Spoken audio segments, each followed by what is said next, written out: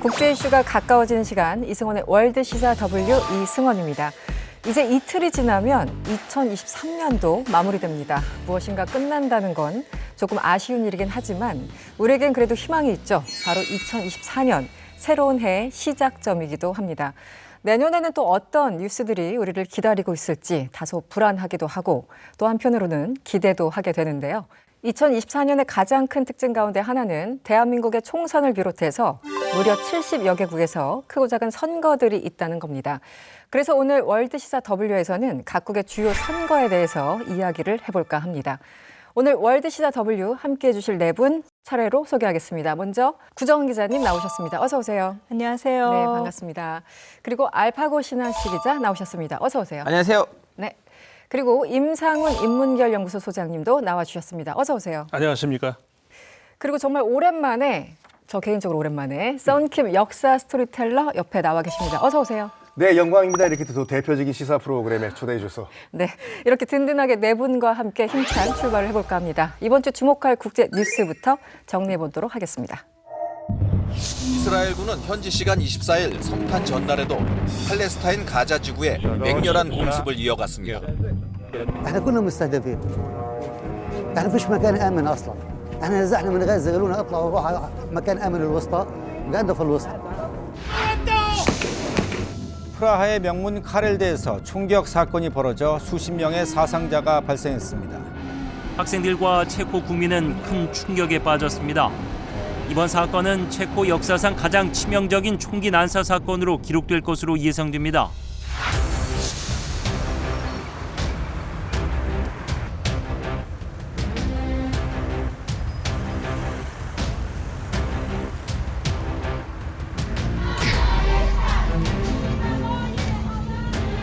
where they do not have the opportunity and the right to work, to education. 인도 구자라트주 소금 사막에 대규모 풍력과 태양광 에너지 단지가 건설 중입니다. 하지만 환경단체와 전문가들은 사막 생태계를 해치지 않을 곳을 골라 들어서야 하는데 이러한 고려가 없었다고 지적합니다. 푸틴 대통령의 대선 출마 소식과 함께 자취를 감췄던 러시아 야권 운동가 알렉사이 나발리가 러시아 최북단 교도소에서 발견됐습니다. Огромное количество людей, десятки миллионов людей согласны со мной.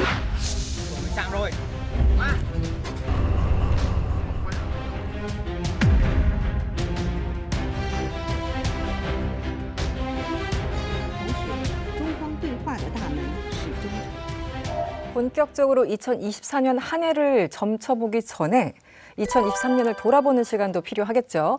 우리 아쉬운 대로 한 번씩 무엇이 기억나는지 한번 여쭤보고자 하는데요. 포스트 팍스 아메리카나.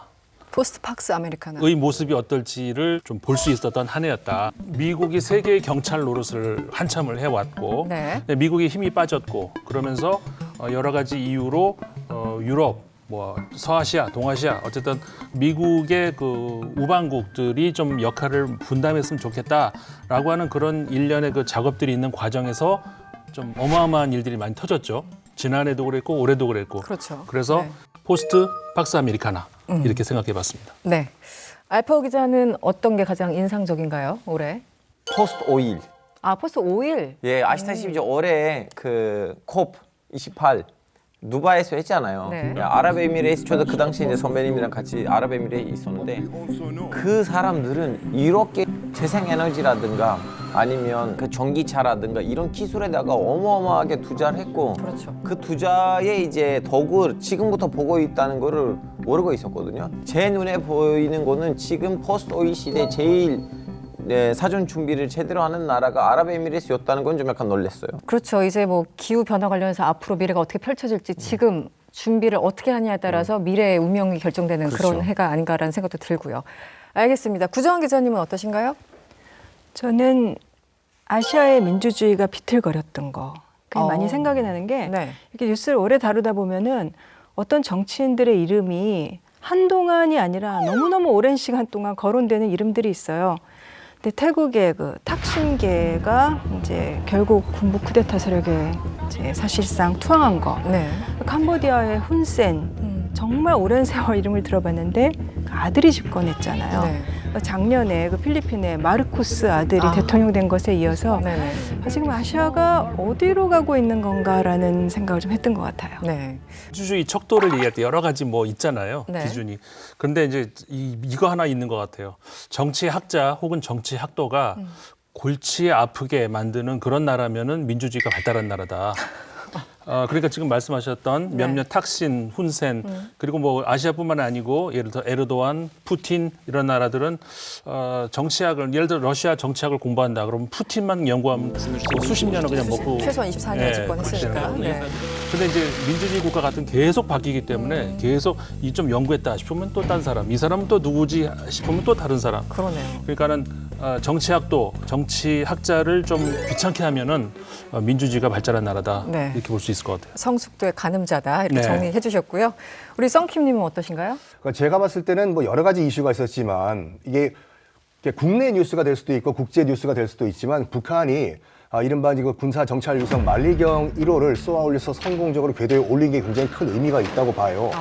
왜 그러냐면 이른바 킬체인이라고 하거든요. 이른바 그 핵 개발과 ICBM을 개발해도 이게 이 정찰 위성이 없으면은 좌표를 못 찍어요. 눈이 없으면. 눈이 없기 때문에. 활용 점정을 찍은 거거든요. 그래서 무슨 해상도 레졸루션 문제도 제기가 되고 있지만 뭐 그건 차차 발전이 될 거고 어떻게 해서든지 북한은 렌즈를 수입해 오든지 어떻게든 만들 거예요. 그러니까 이게 정말 킬체인. 그러니까 핵 개발과 대륙간 탄도 미사일과 이제 북한의 정찰 위성이 만들어졌다는 것은 우리나라뿐만 아니라 국제사회에서 아주 눈여겨봐야 될 그런 문제라고 저는 느꼈습니다. 네, 저는 우크라이나, 뭐 하마스 이런 얘기를 주로 하실 거라고 예상을 했는데 제 예상은 빗나갔고요.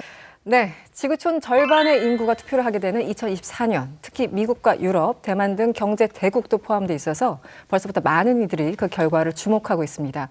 그래서 오늘의 월드시사 W 대주제는 전 세계 40억 명의 투표입니다.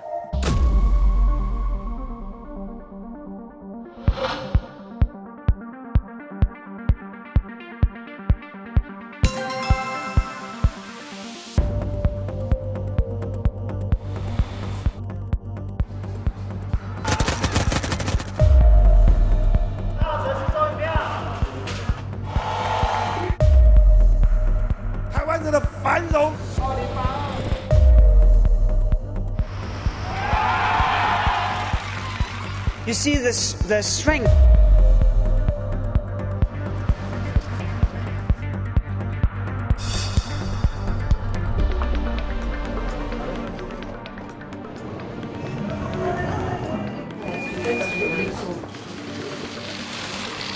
There's something really. The only way.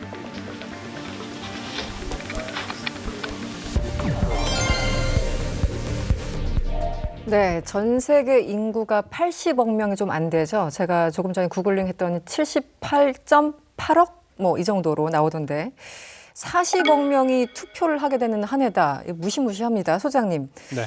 내년 좀 전망을 해주시죠. 무슨 선거들이 이렇게 많습니까? 어떤 그 지정학적으로 굉장히 중요한 이슈를 담고 있는 그런 선거들도 있고 그러는데 당장 제일 가깝게는 내년 1월에 그러니까 한 며칠 안 남았어요, 사실. 그러네요. 네. 대만에서 총통 선거가 열리죠. 그래서 이제 현 집권당이 민진당 후보가 되느냐 아니면은 그 다른 당으로 야권으로 넘어가느냐에 따라서 이제 또 중국 입장에서는 반길 만한 그런 이슈가 될 텐데 네. 반면에 이제 미국 입장에서는 좀 떨떠름한 그런 상태가 되는 것이고 또 저 인도 지금은 이제 세계에서 가장 인구가 많은 나라잖아요. 그렇죠. 네. 인도에서 총선 대선이 열리는데 현 모디 총리가 다시 재집권할 가능성도 어느 정도 상당히 높다. 3월로 가면은 푸틴 대통령이 다시 대통령에 재임을 하느냐. 러시아에서 선거가 열리고 우크라이나에서도 대선이 열리고요.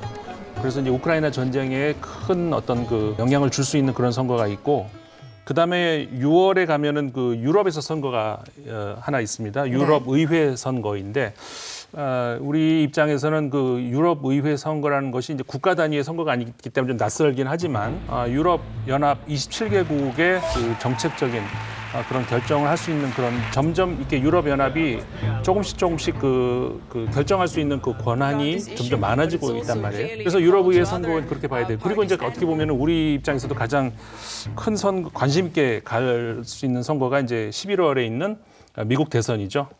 공화당에서 이제 트럼프 전 대통령의 지지도가 압도적으로 높은데 최근 며칠 사이에 그 니키 헤일리 전 유엔 대사의 지지율이 급상승하고 있다는 거.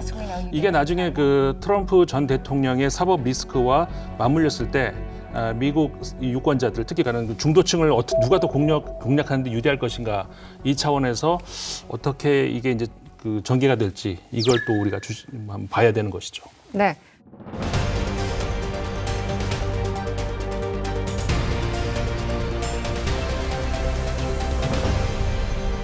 주요 대륙들에서 많은 선거들이 있습니다. 그럼 먼저 우리나라와 가장 가까운 것부터 찾아가 보도록 하겠습니다.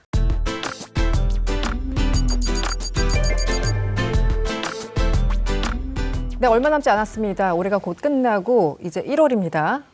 대만의 대선이라고 할 수 있는 총통 선거가 다가오고 있습니다. 구정 기자님, 사실은 대만 선거가 우리한테 중요해요.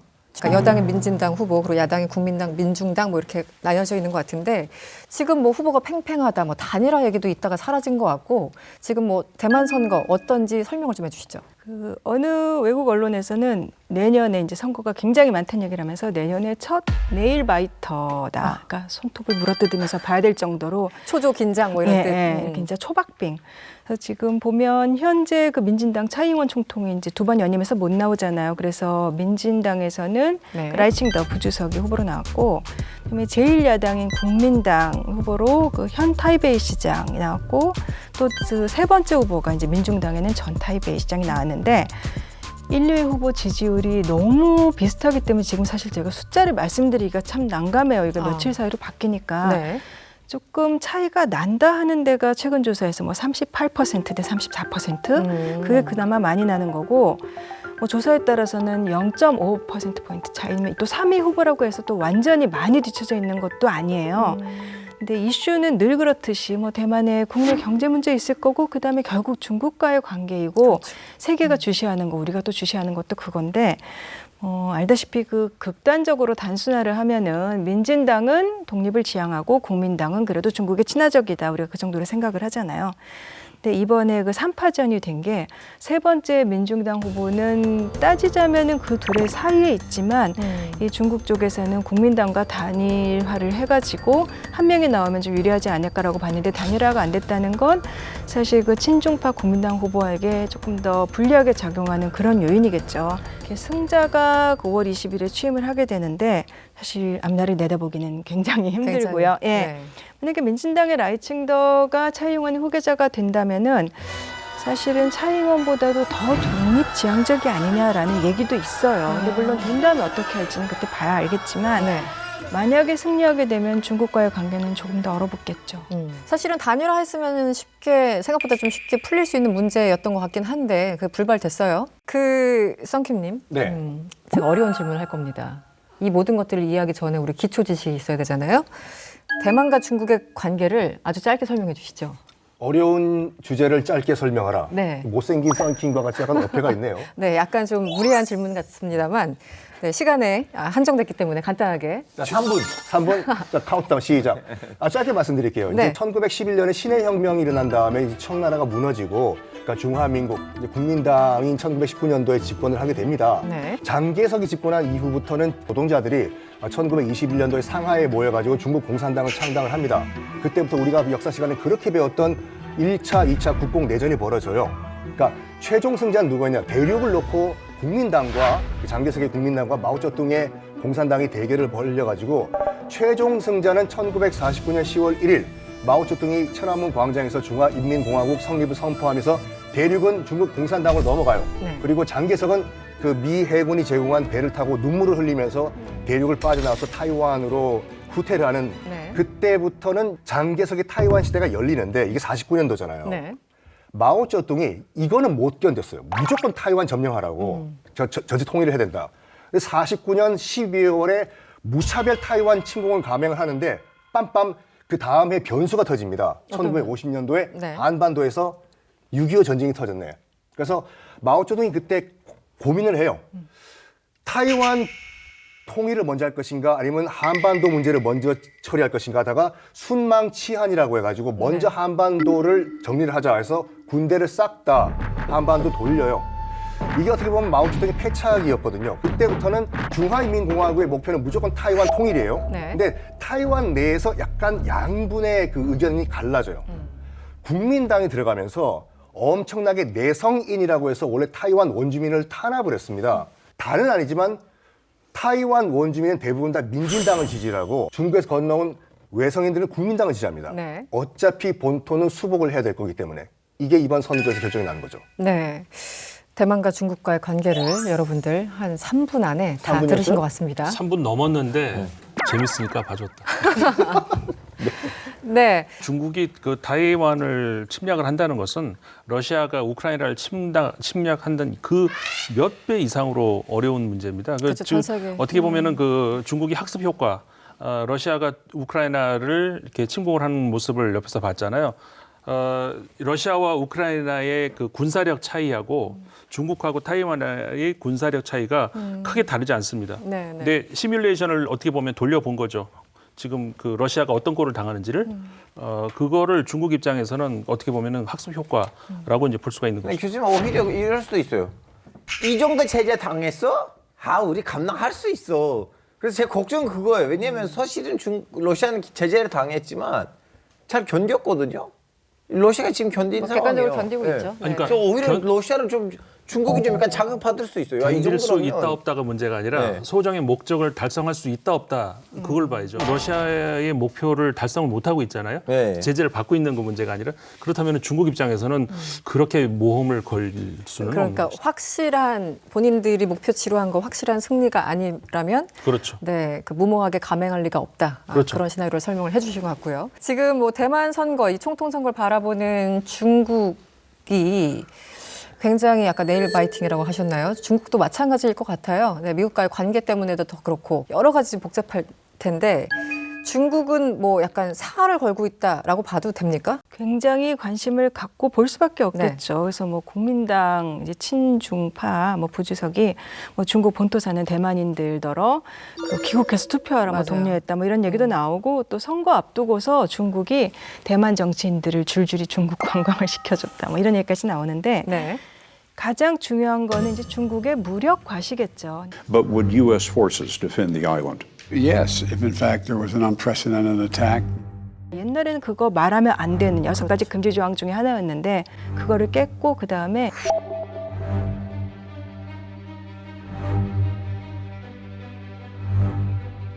이제 그 대만과 대륙 사이에 그 중간선이라는 게 있어요. 네. 1955년에 책정된 사실상의 국경선 같은 건데 중국이 거기를 계속해서 전투기를 띄우죠. 전투기도 띄우고 뭐 초계기도 띄우고 군용기가 넘나드는데 이게 이제 일종의 선거에 개입하는 방식이에요. 그렇게 해서 계속 넘어가는데 뭐 그것도 어제 오늘 일은 아닌데 2020년부터 확실히 많아지긴 했어요. 그래서 내년 1월에 있을 총통 선거가 굉장히 중요합니다. 민진당이 계속 이어가느냐, 혹은 국민당, 혹은 야당이 되느냐. 네, 여기서 또 거친 질문을 한번 해보겠습니다. 코앞으로 다가온 선거, 어디가 이길까요? 구정 기자님. 모릅니다. 저는. 모릅니다.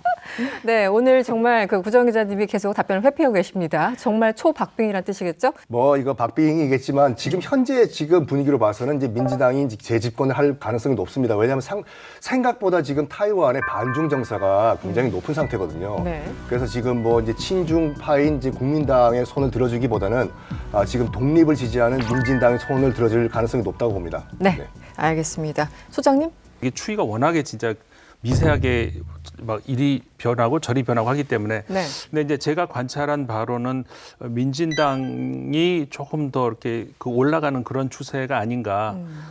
물론 이 선거 예측이라는 것이 우리 그 위험하죠. 트럼프 대통령 이후로는 함부로 하는 거 아니다. 네.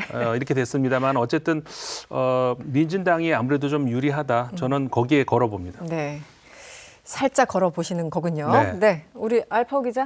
살짝 아니에요. 사인합니다. 민진당이다. 사인까지 아니면 갔어요? 어떡할래요? 아니면 하차하겠습니다. 너무 세게 나가시는데요. 오늘 막방이네. 네 분 중에 가장 용감하게 근거는? 발언하신 것 같아요. 이 정도는 세게 나와야지 방송 아닙니까? 알겠습니다. 네.